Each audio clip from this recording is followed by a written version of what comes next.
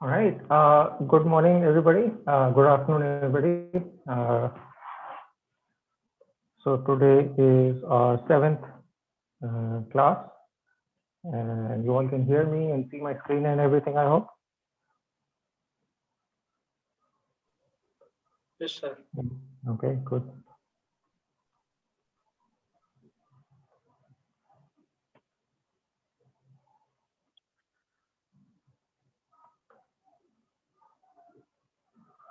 Okay. So are there any questions from what we talked about in the previous class, or any questions about the homework assignment? Homework 2 and 3 are due on Wednesday. So as a reminder of what we did last time, we had talked about, I started talking about a three-dimensional Hilbert space, right? And so this has a three-dimensional Hilbert space, has three eigenstates, three basis vectors. And then we constructed some operators which take us from one state to another state, right? So an example of such an operator is, for example, A21 or A12. But then these operators by themselves are not Hermitian, right? Because if you take the transpose of this, you don't get the same transpose conjugate, you don't get the same answer. So the solution to that is that to construct a Hermitian operator, you can just take the sum of these two operators. So you get 1 and 1 in these two off-diagonal locations, over here and over here, right? So in a similar way, you can construct operators which take you from the second state to the third state, and from the third state to the first state back again. And then one can take the sum of all these three operators and call that A plus, and then this A minus. And these are non-singular operators, and also they are the inverse of each other. And so these states are nothing, these operators are nothing more than permutation operators, right? Now, so I'd asked you to work out the eigenvalues and eigenvectors of these two operators. And before that, I had explained to you that if you have a Hermitian operator, then its eigenvalues are necessarily real, and its eigenstates are going to be orthogonal to each other. Okay, so we'll continue from there. So any questions about any of this? But sir, in A plus A and A minus matrix, we got only one real eigenvalue and two complex value. Lambda 1, lambda 2 are complex, and one real eigenvalue, that is lambda equal to 1. Oh, right. Because so that's my mistake, because A plus and A minus are not Hermitian. I should have been a little bit more careful about that. Right. Okay. Good. So we will.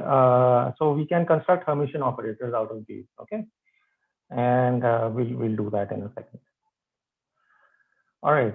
So yeah, good point. So the way I have defined these. Let's see.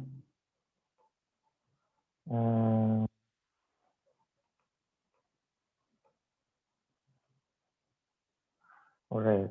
So if you want a Hermitian operator, you have to basically take the sum of these guys. So let's see. So 1, 0, 0.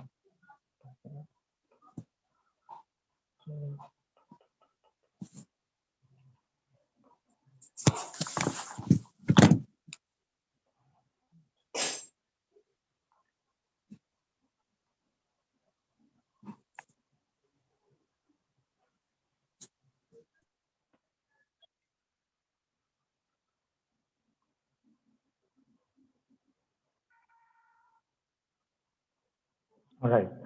Yeah. So I mean, it's obviously not Hermitian. because you can see that if you take the transpose, you won't get the same matrix.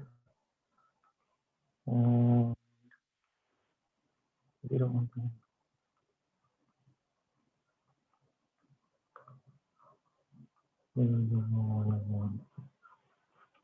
Okay. Now let's say that we want to construct a Hermitian operator out of these two. So we can do that by just taking the sum of them.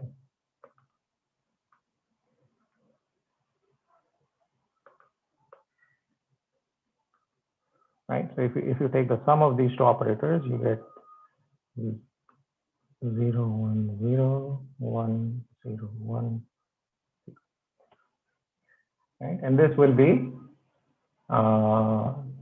this is Hermitian. And and you can check that the eigenvalues of this operator will be real. So we'll call this a permutation operator, a perm. And so since a plus and a minus have complex eigenvalues, you can check that the complex values are probably going to be complex conjugates of each other. So when you take the sum of these two, the imaginary parts of those two, their eigenvalues will cancel and you'll be left with real eigenvalues. Okay. All right. Now,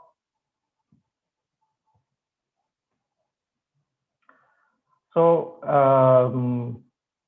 we'll come back to this this operator and what it can do on this vector space later. Okay. In the meantime, I want to talk about some other concepts which are needed. So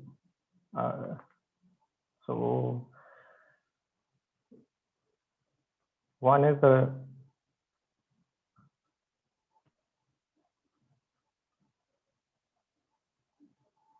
the question of Hermitian operators and measurement. That is one thing. The second thing, well, I'll come to that later. Okay. So why do we want Hermitian operators? So as I explained in the last time, we want Hermitian operators because we want because Hermitian operators have real eigenvalues. Now, how is that related to measurement, right? So first we have to understand what the process of measurement actually is on a quantum state. So if you have some state, okay, and I write it as a sum of some basis vectors, okay, then I have explained to you, right, what measurement does. When you perform a measurement, what happens is that the state collapses into one of the eigenstates. Okay, so there is a collapse. Okay, we don't know how that collapse happens or why it happens, but it happens. And let's say that the state that is picked out by the collapse is phi k. Right now, this seems like a completely non-deterministic process, right? So one thing is that in classical mechanics, you're used to a concept of determinism, which is that if you start with some information about the system, you can determine the state of the system at any later time, right? Determine. So, you know, that is what is meant by determinism. And you can also determine the state of the system at a past time, because the laws of physics are invariant with respect to time reversal. So with quantum mechanics, it seems that is not the case. First of all, it seems that time reversal is broken because measurement appears to be a one-way process. You start with some state that is unknown and you make a measurement, and that collapses you into an eigenstate. And then it appears that you cannot go back from that collapsed eigenstate to the original uncollapsed state. Right? And also, it appears that that determinism is not present in the usual sense, right? Because one cannot say for certain what will be the result of the measurement. So we don't have complete determinism, but that's okay. That's not a problem. We have instead what we have is we have a probabilistic framework. Okay. So we have a probabilistic. You can call it probabilistic determinism, sort of like a quasi-determinism, right? It is not as if things are completely undetermined, right? Because we have an equation of motion, we understand how quantum states evolve. We can write down equations which describe the interactions between quantum systems, right? So we can control quantum systems, we can manipulate them. And the only problem happens when we actually try to measure something. And there what happens is that we have probability comes in, right? And so where does the probability come in? It comes in via the statement that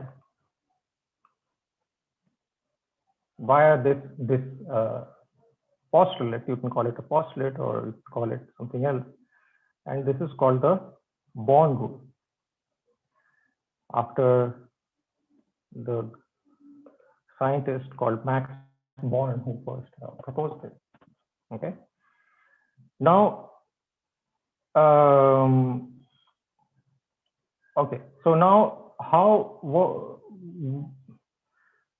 which are these states into which this collapse happens, right? I mean, because you know that in a vector space, right, and a vector space can have many basis vectors, right, or many sets of basis vectors, right? I can always take some basis and I can perform a rotation on that basis to get another set of basis vectors, right? As an example, I showed you that in an earlier class that, for example, let's say you call this your up state and down state. Then this is a basis for your two-dimensional Hilbert space. But equally well, you can take something like this.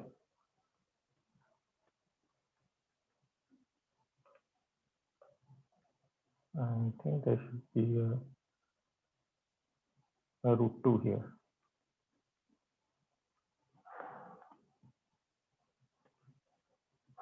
Right? You can equally well take something like this, and this is also a basis for your Hilbert space. So let's say that I have a state psi,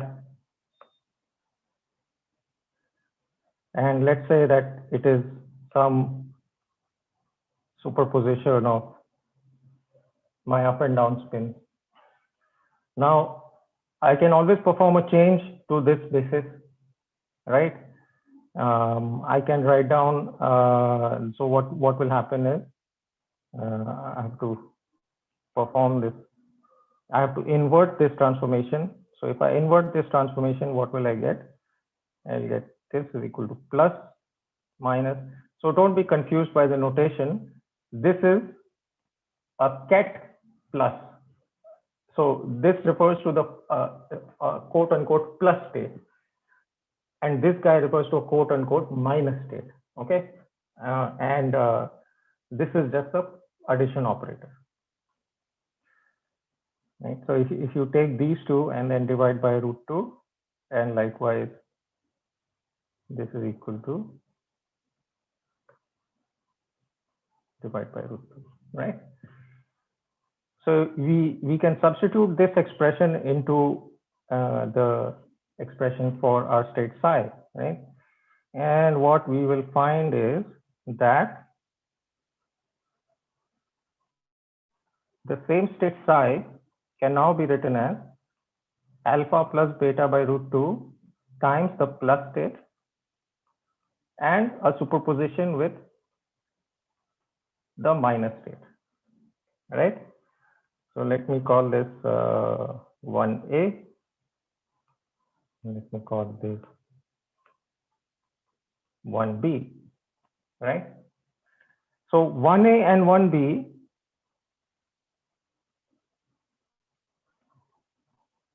are the exact same state, right? But so the question is that when I make a measurement, what is the end result, right? Is it the up-down states or the plus-minus states?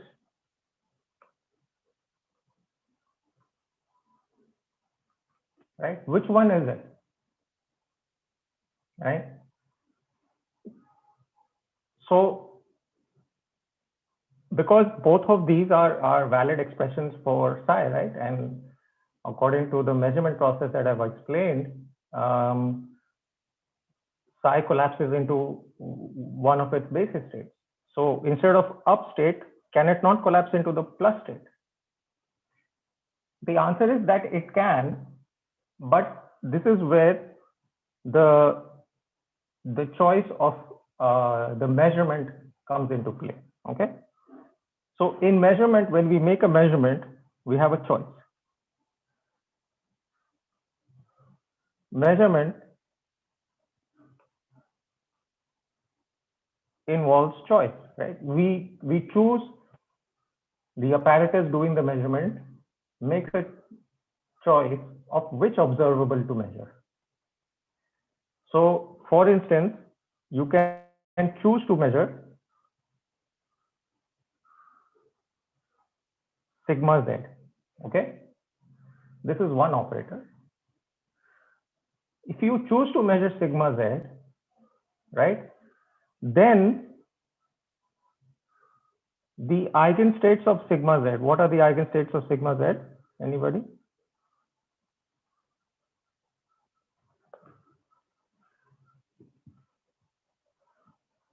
What are the eigenstates of sigma z?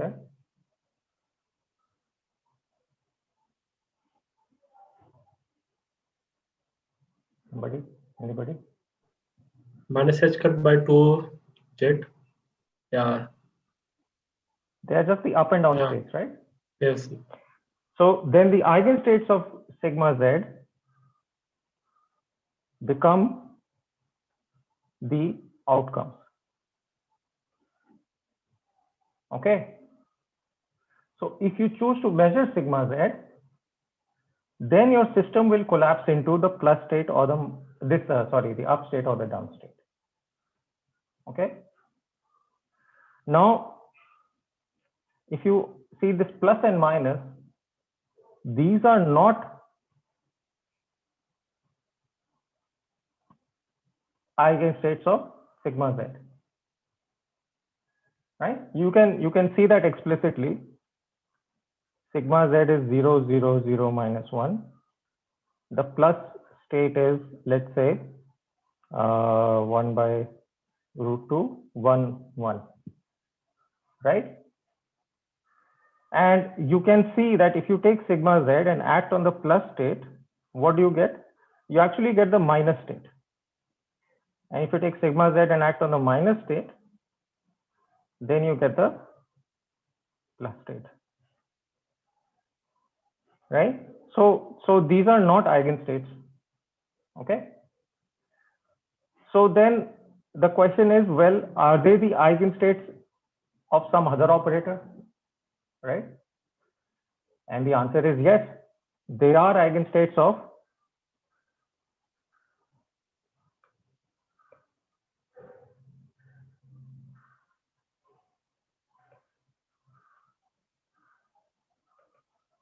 has these two plus minus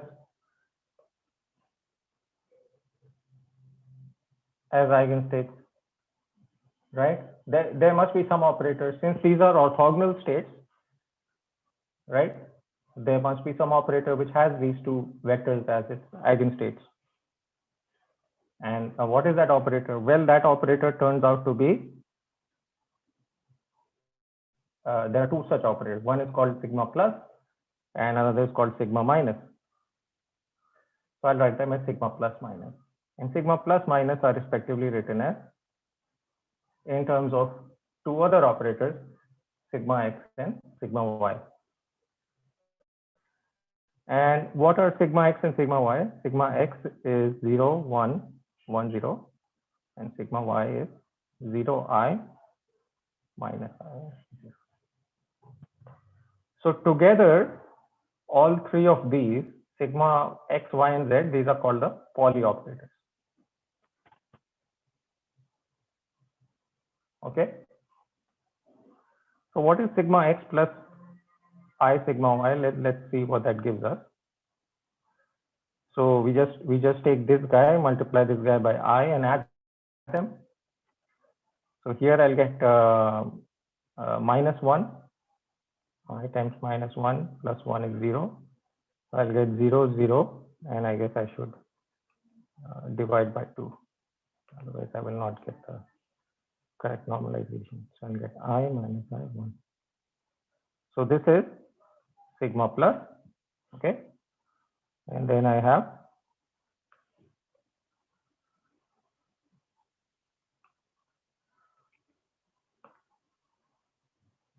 sigma minus. Wait a minute. Yeah, sorry about that. Which operator has this as eigenstates? Actually, I don't need to introduce sigma plus minus at this point. I can just use yeah, so we'll forget about that. It is sufficient to introduce sigma x and sigma y. Okay. So if you have sigma x, you can see that sigma x, if you act on the plus state with sigma x,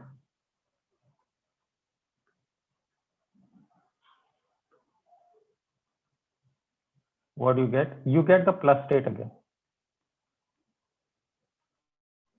Okay.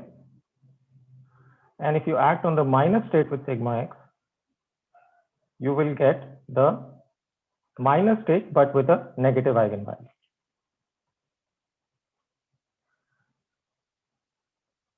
Okay. So sigma x is the operator whose eigenstates are this plus state and this minus state. Okay. So if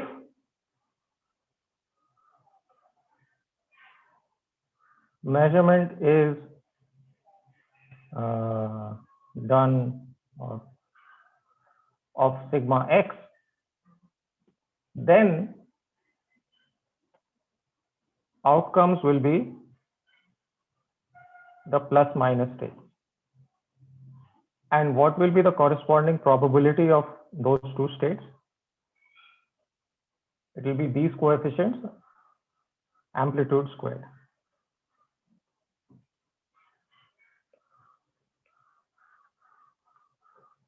With probability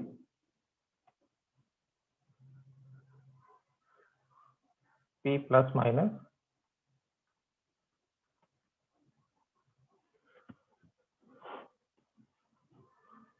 okay.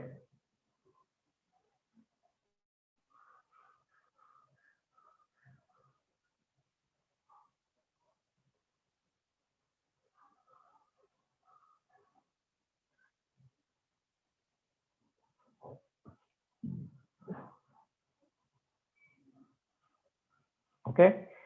So then what is the statement? The statement is that if you make a measurement of an operator O,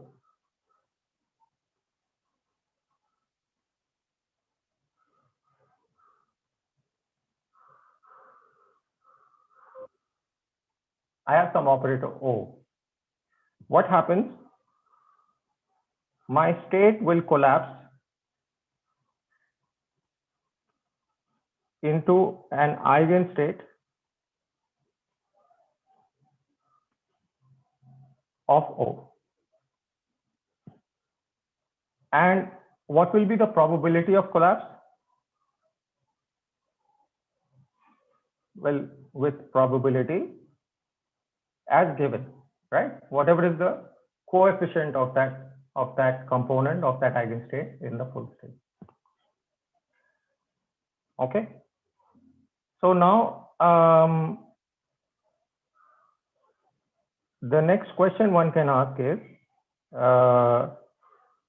so if we come back, for example, to sigma z,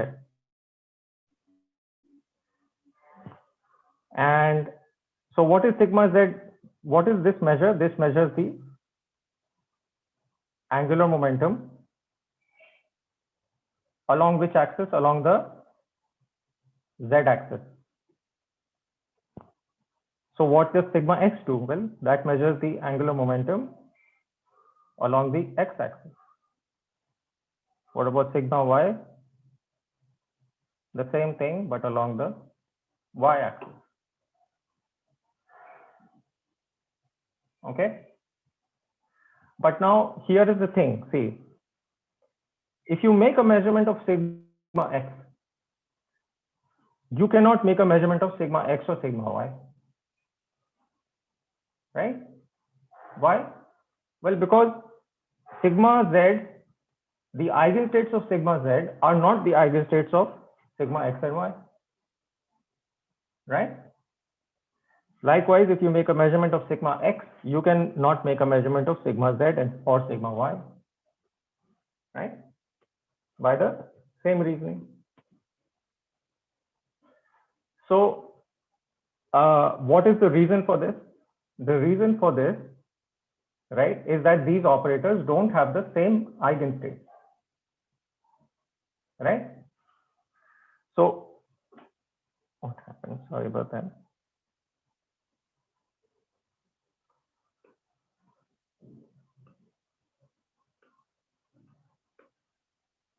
So,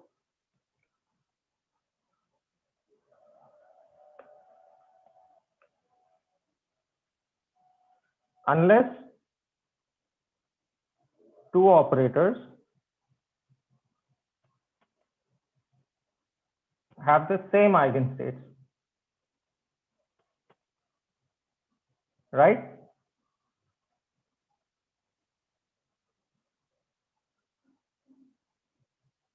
They cannot be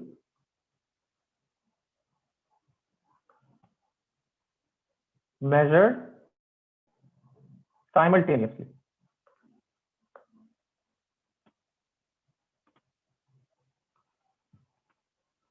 Yes, Adra, that means they don't commute. Yeah, that is what I'm coming to. So if two operators don't have the same set of eigenstates, they cannot be measured simultaneously, right? They can be measured in succession. So as an example, one can prepare a quantum state psi, okay? And then you can, let's say, measure sigma z.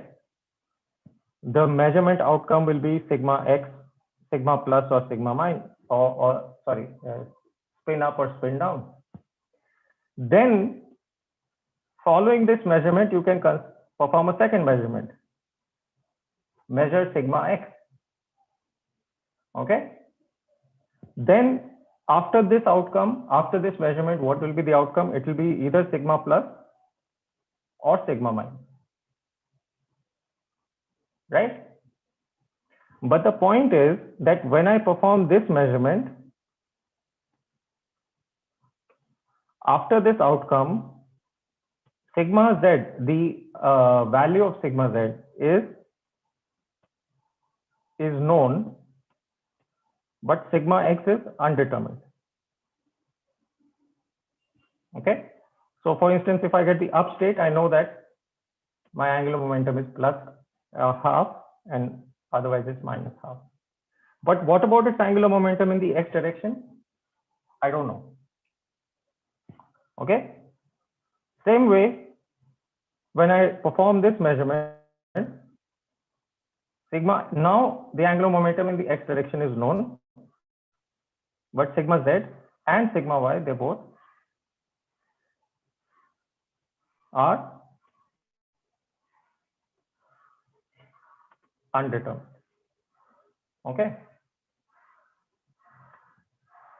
Now, what is the, so that there is a mathematical criterion to determine when two different operators have the same set of eigenstates or not. Okay, and that is known as,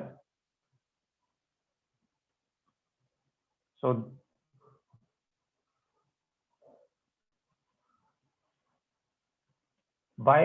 we can do that by looking at their commutators.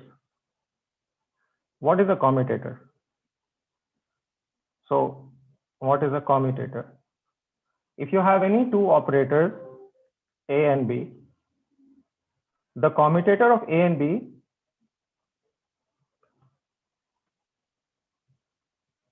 is written as this square brackets A and B, and it's equal to AB minus BA. Okay. So I think this is a problem in homework set 2 or 3 to calculate the commutation relations of all of the Pauli operators, pairwise commutation relations, sigma x, y, sigma x, z, sigma y, z. So if two operators commute, okay, so if A and B is 0, that means they commute, then A and B have the same set of eigenstates. Okay, and yeah, otherwise they will have different eigenstates. Okay, so it is easy to show one direction of this proposition, which is that if they commute, then they have the same eigenstates. It is not so easy to show the other way, which is that if two operators have the same set of eigenstates, then they commute. So that part, otherwise, so we can say if and only if implies the statement is true in both directions. So the proof is actually very straightforward. You take A, B, you act on some eigenstate, some state psi. Okay. Now what is this? This is equal to A times B psi minus B times A psi. Okay. And this is equal to 0, right?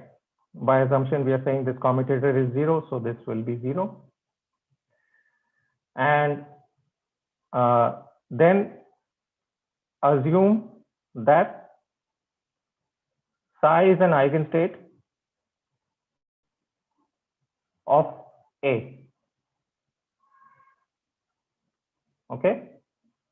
So if psi is an eigenstate of A, that means A psi gives me some thing like this, lambda A times psi, where lambda A is the eigenvalue, right? So I can substitute this expression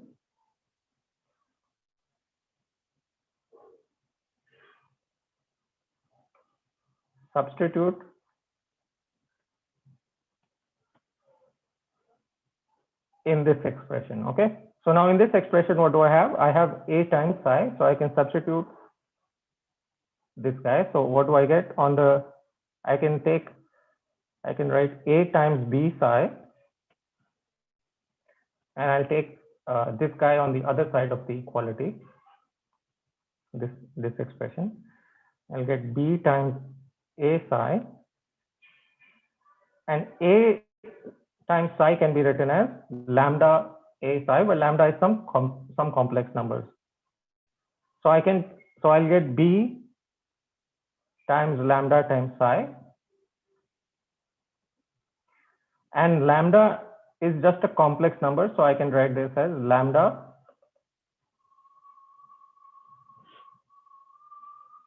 times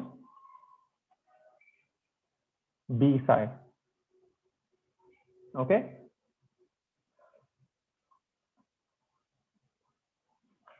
So now if you look at this expression, what you have on the left, you have A acting on B of psi, and on the right you have lambda times B of psi, right? So what this tells you is that B of psi is also an eigenstate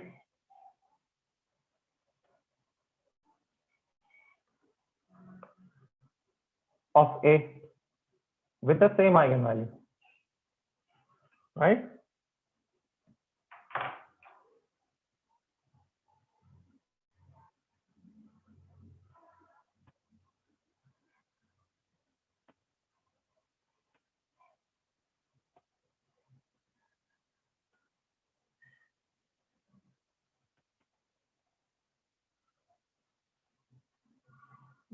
Okay. Now,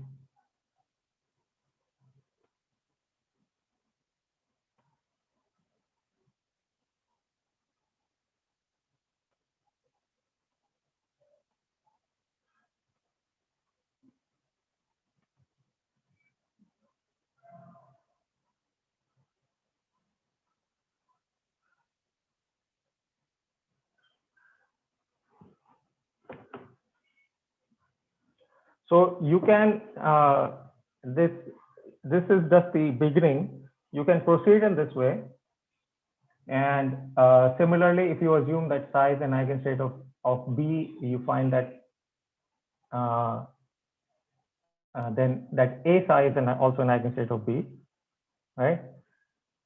And so this will imply that when you complete this, this is just the beginning of the proof. When you complete this, what you will find is that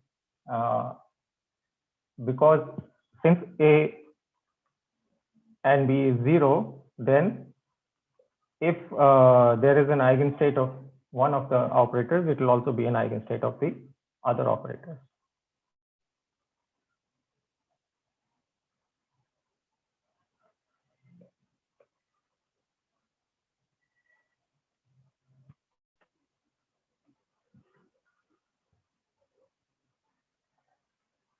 Um,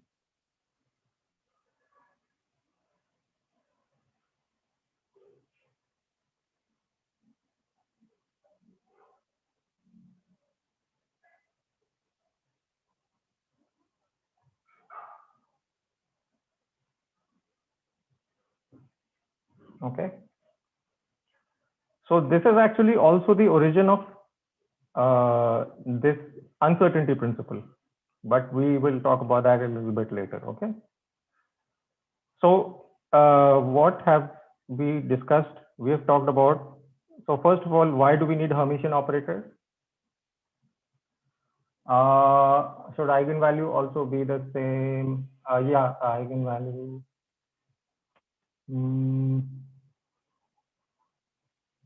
No, I think the eigenvalue will not necessarily be the same. The eigenstate will be the same. Okay. So the point is that first of all, you need Hermitian operators so that you get real eigenvalues. The second thing is you need Hermitian operators so that you get orthogonal eigenstates into which the system can collapse. There's a third thing is that the result of the measurement depends on the operator that you choose for your measurement. And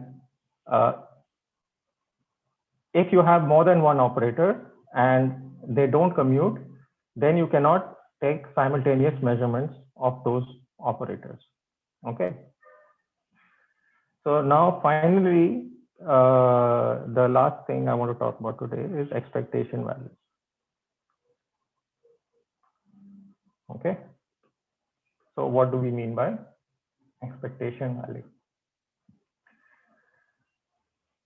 So let's again work with sigma z.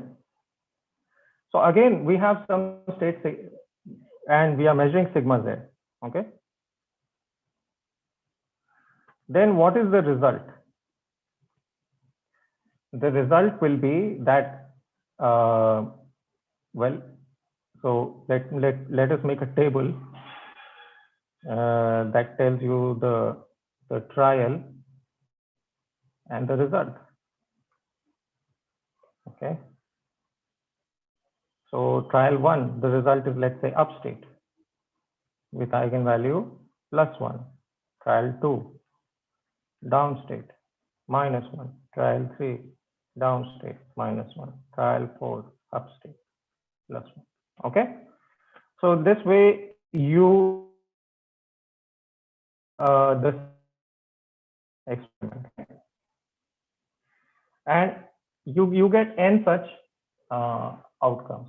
Okay, so now what can you do with such statistics? One of the things you can do is you can calculate mean values, right?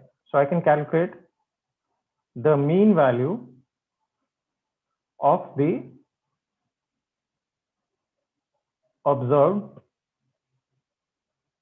angular momentum, right? So what it will be, that mean value? It will be the sum of all of this +1, -1, -1, +1, and so on, divided by n, right? Now let us say that you start off in this state. Okay, we start off in a state which looks like this, plus and minus. Okay, or we can put a plus sign, it doesn't matter. Okay, so this is an equal superposition of upspin and downspin. Okay,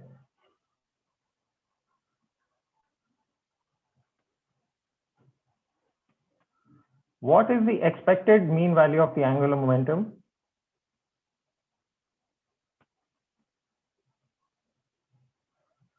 Lz from this state. What would you expect this state to have as its angular momentum, the mean value of the angular momentum after many measurements?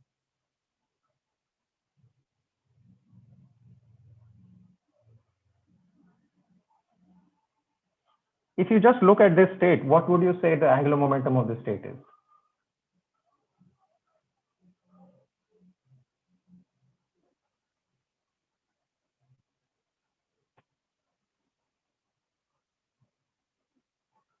You have upspin and downspin. Upspin has positive h bar by 2 angular momentum, downspin has minus h bar by 2 angular momentum. Will it be 0? It'd be 0, right? I mean, so this is what is, this is like a S wave, right? So the expected mean value of the angular momentum, Lz, so I'll write it like this, should be 0, right? Okay, so how can I determine this mean value? Okay, so I will write it like this. So this is called the expectation value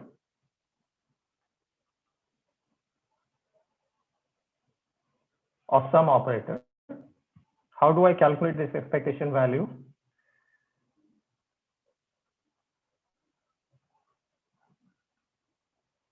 Like this. Okay, so this is the so I am taking the state, right, psi, multiplying it by the operator sigma z. You can think of it in this way.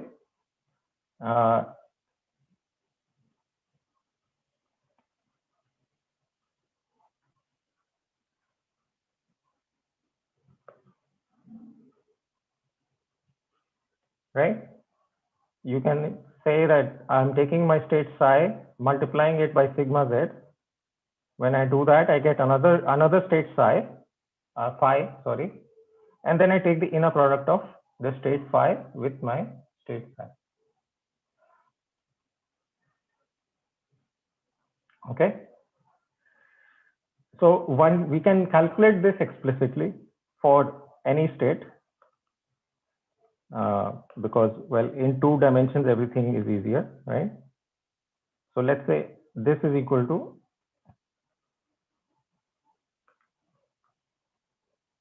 okay.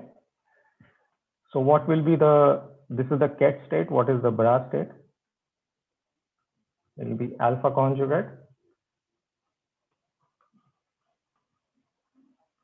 beta conjugate, right? So what will be this expectation value?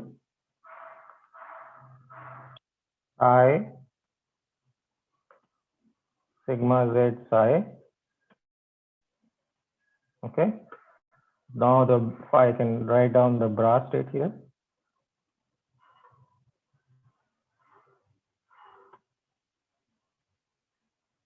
Okay.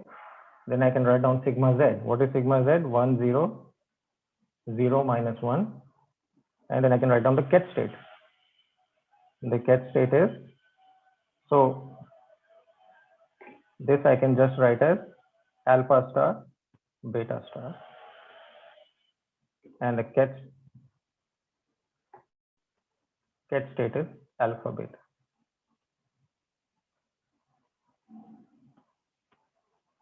Okay.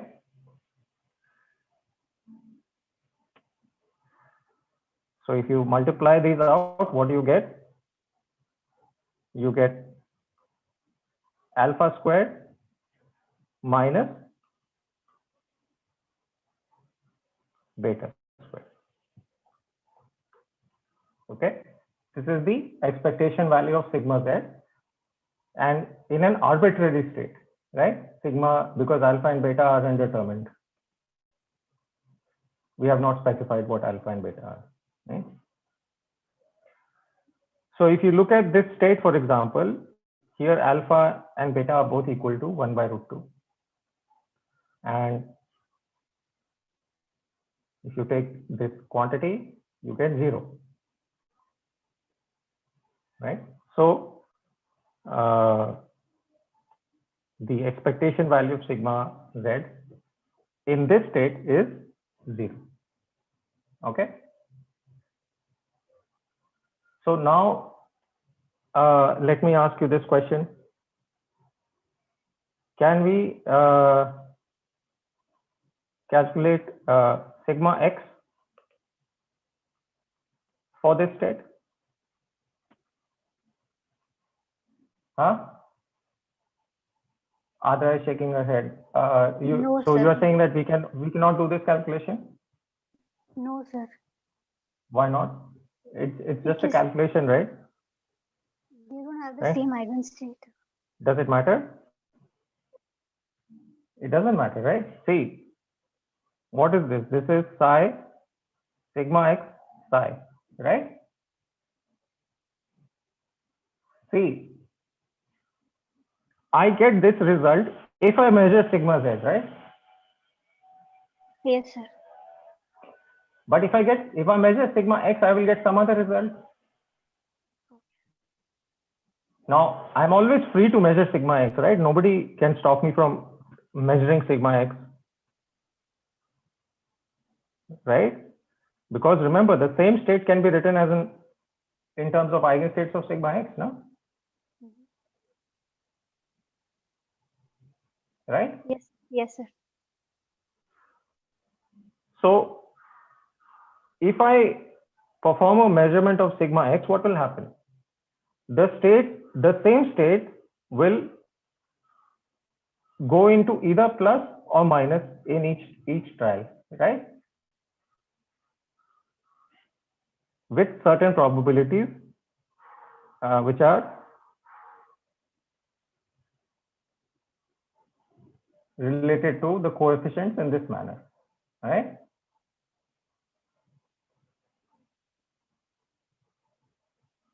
And the only reason these coefficients look like this is because I have chosen to write my state originally, right? When I say alpha plus and beta minus, or beta alpha up and beta down, what am I doing? I'm using the eigenstates of sigma z as my basis, right? I can equally well start with the eigenstates of sigma x as my basis.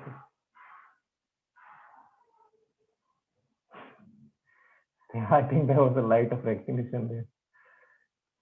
So if I start with the eigenstates of sigma x as my basis, instead of this expression, my psi would be alpha plus and beta minus. Then my when I measure alpha x, what would I get? I would either get that plus state or the minus state. What is the plus state? It has angular momentum plus h bar by 2 in the positive x direction, and minus has a minus h bar by 2 in the negative x direction. And now then you would think, well, can I measure sigma z? Sure, because then sigma z, the same state would be written as this expression, but now this would be the upspin and this would be the downspin.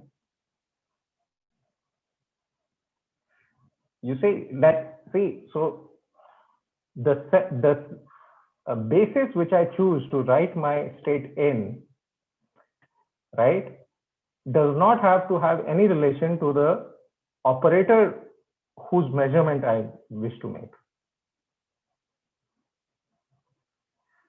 Okay, so I can have for example, sigma z as the eigenstates of sigma z as my basis state, or the eigenstates of sigma x as my basis state. It doesn't matter which I use. And then I can measure any operator, right? This is important to understand. So later on, we will see that when we look at, for example, a free particle. So the answer is sure. So when we look at a free particle, for instance, we will write down the state free particle or not free particle, it doesn't matter. We will have a state psi which looks like this. Okay. So what is this? This is the state of the system. What is this? Ket x, these are called the position eigenstates.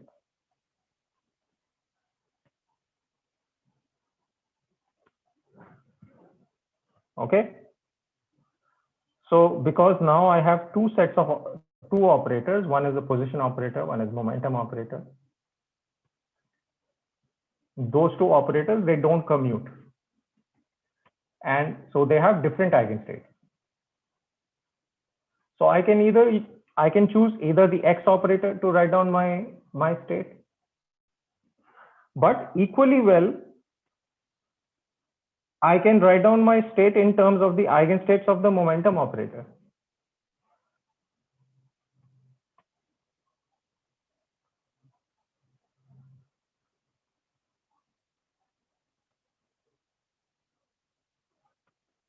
Okay. The coefficients will be different now, right?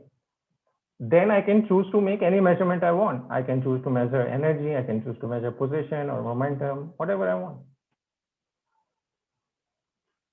In a certain basis, for example, in the position basis, measurements of the position operator will probably be easier than it would be to do so in the momentum basis, right? But I can measure position operator in any basis, whether it's in position representation or momentum representation. Okay.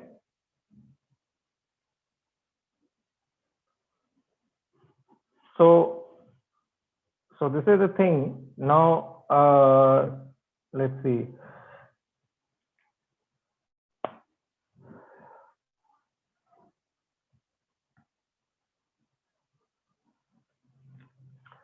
All right, so I'll leave it here for today. All right, and I apologize for the late, for the timing of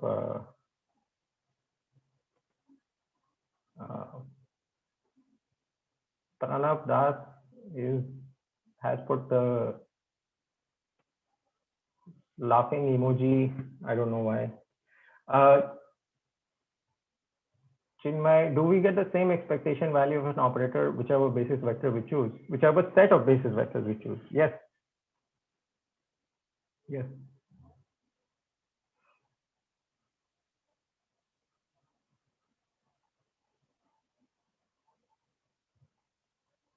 Okay.